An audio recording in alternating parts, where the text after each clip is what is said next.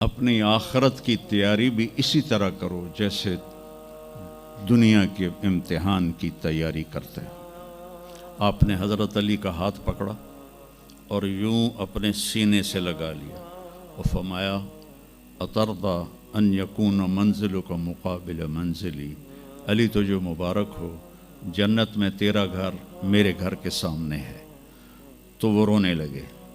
لیکن یہی علی جن کو خوشخبری ملی ہے کہ تیرا گھر میرے گھر کے سامنے ہوگا، کسی کو یہ خوشخبری نہیں ملی سوائے مولا علی کے، وہ رات کی مناجات میں روز تڑپتے روتے ہوئے یہ کہتے تھے آہن آہ من قلت الزاد و بعد السفر و وحشت الطریق، ہائے اللہ، ہائے اللہ، ہائے اللہ، میرے پاس عمل تھوڑا ہے۔ تھوڑے عمل والے کا گھر نبی کے گھر کے سامنے بنتا ہے؟ میرا عمل تھوڑا ہے، رستہ تنہا ہے، کبھی دیکھا نہیں اندیکھا ہے، یا اللہ پتہ نہیں میرا کیا بنے گا۔ یہ روز کی پکار اور مناجات تھی۔ اور پھر دنیا کو کہتے الیہ تغررتی، دنیا تو مجھے دھوکہ دیتی ہے، ہی ہاتھ غری غیری، چل دفعہ ہو جا کسی اور کو دھوکہ دے، میں بتتو کی ثلاثہ، میں تمہیں 3 طلاق دے چکا۔ تو جن لوگوں نے آخرت کو بنا لیا وہ کامیاب ہیں، اور جن لوگوں نے آخرت کو نہ بنایا تو وہ کچھ بچے ہڈ بلوں کی ویسی نام لے لیے ہیں، سیر کے لیے گئے کشتی کی، تو وہ کہنے لگے ملاح سے چاچا تنو کیمسٹری آمدی؟ اس کہ پتر اج ہی نہ سنیا کی ہوندی ہے، کہ تینوں پتہ نہیں ایسی سپیریئر یونیورسٹی دے سپیریئر لڑکے آئیں، سانوں ساری کیمسٹری دا پتہ ہے۔ دوسرے نے پوچھا چاچا تو فزکس پڑھی؟ کہ میرا بچہ میں تو اج ہی نہ سنے، ساری حیاتیہ بیڑی بائی ہے۔ کہ چاچا تیری ادھی زندگی چلی گئی، ادھی زندگی ختم ہو گئی، سانوں ایک اسی سپیریئر دے سپیریئر بچے، ساڑا برائٹ فیوچر۔ اتنے چھک موج آئی تے کشتی ہوئی ڈاواں ڈول۔ اس کہ پترو ترنا سکھیا ہی نے،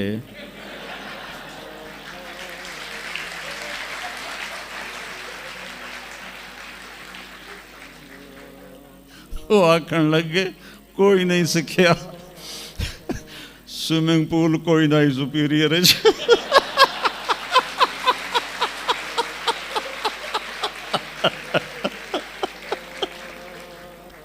تو وہ ملا کہنے لگا پترو میری تو ادھی گئی تو تہاڈی ساری گئی۔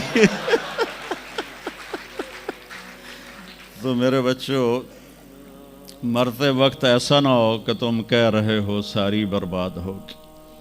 اپنی زندگی، اپنے نبی کی زندگی پڑھو۔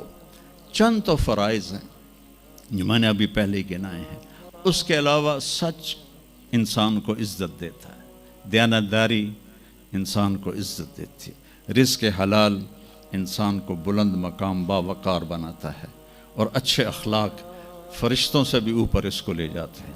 آپ نے فرمایا جس کے اخلاق اچھے ہوں گے میں جنت الفردوس میں گھر لے کر دوں گا۔ تو نماز کی عادت ڈالو۔ کچھ بچے جی نہیں پڑھی جاندی، کچھ دن میں کوئی ایک نماز ضرور پڑھو، جمعہ پڑھو، ایک نماز ضرور، پھر وہ 2 ہو جائیں گی، پھر وہ 3 ہو جائیں گی، پھر وہ 4 ہو جائیں گی، پھر وہ 5 ہو جائیں گی۔ میں نے جتنوں کو بھی یہ نسخہ بتایا وہ سارے اللہ کے فضل سے، گورنمنٹ کالج میں میرا تھا ساتھی، تو وہ پھر شفٹ ہو گیا انگلینڈ، تو کوئی 40-45 سال بعد اس سے ملاقات ہوئی، یہاں پاکستان آیا ہوا تھا۔ تو میں نے کہا کہ نماز پڑھتے ہو؟ کہنے لگا نہیں۔ جمعہ؟ کہنے لگا نہیں۔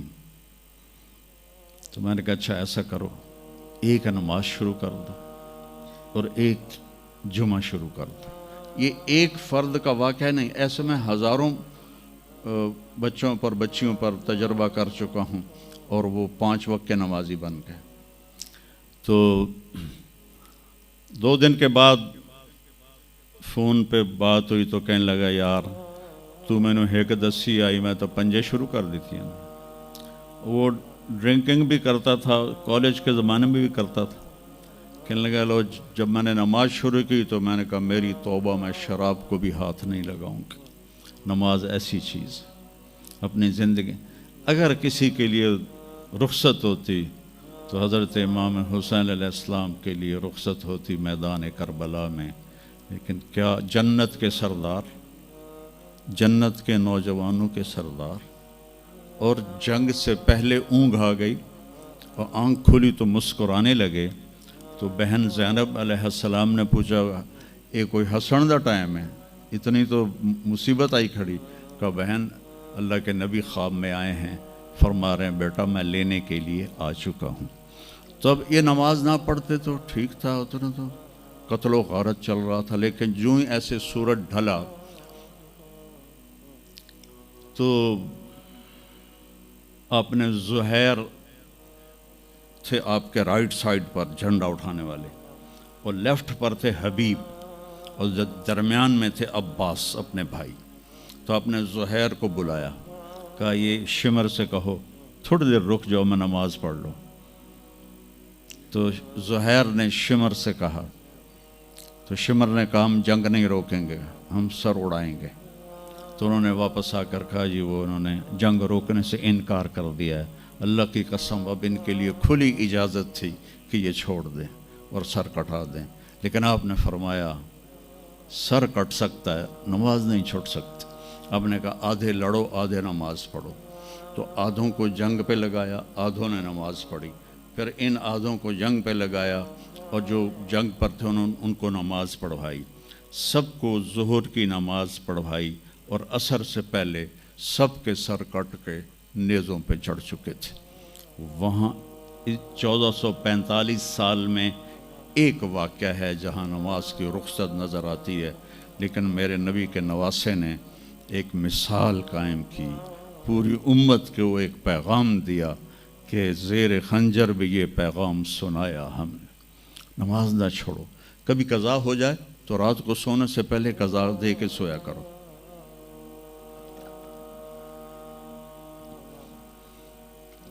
آپس میں کوئی لڑے ہوئے ہو تو کم از کم آج اتنی میری مان کے اٹھنا کہ صلح کر لینا. یہ کوئی بچیاں آپس میں کسی سے بول چال بند ہو, یا آپ بچوں کی آپس میں کوئی بول چال بند ہو, تو ایک دوسرے کو معاف کر دینا. اس سے آپ کے دلوں میں علم کی روشنی زیادہ آئے گی. آپ کے دل میں بغض ہوگا تو علم آئے گا نہیں. تو اگر اپنے حافظے کو اچھا کرنا ہے, اگر اپنے حافظے کو, تو دل سے سب کی نفرت نکال دو, اور پیٹ بھر کے کھانا نہ کھاؤ, اور اپنی نظروں کی حفاظت کرو. آپ کا حافظہ 16 سال والا رہے گا 70 سال تک. حافظے کو خراب کرنے والی یہ چیزیں ہیں. پھر جن سے پڑھتے ہو ان کو عزت دو, ان کا ادب کرو, ان کا احترام کرو. باب العلم ہے حضرت مولا علی, کہا میں غلام ہوں اس کا جو مجھے ایک لفظ نہیں ایک حرف, جو مجھے ایک حرف بھی سکھا دے علم کا, میں اس کا غلام ہوں. تو جو آپ کے ٹیچر ہیں یا لیڈی ٹیچر ہیں, وہ آپ کو جو کچھ بھی پڑھاتے ہیں, ان کا احسان ہے آپ پر. آپ ان کو عزت دیں, ان کو احترام دیں.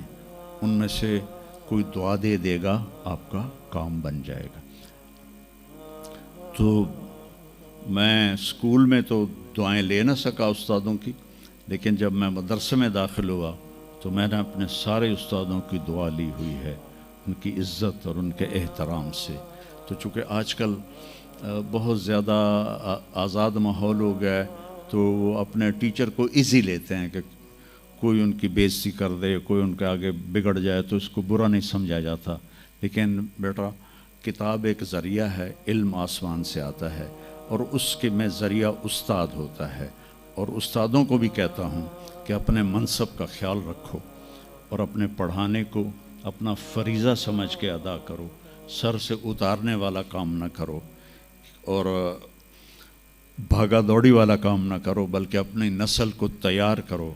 جس دن ہم اپنا علم یہیں سے حاصل کریں گے, اور باہر یورپ جانے کی بجائے اپنے ملک میں ہمیں اپنا علم ملے گا تو پھر ہماری عزت کا دور شروع ہو جائے گا۔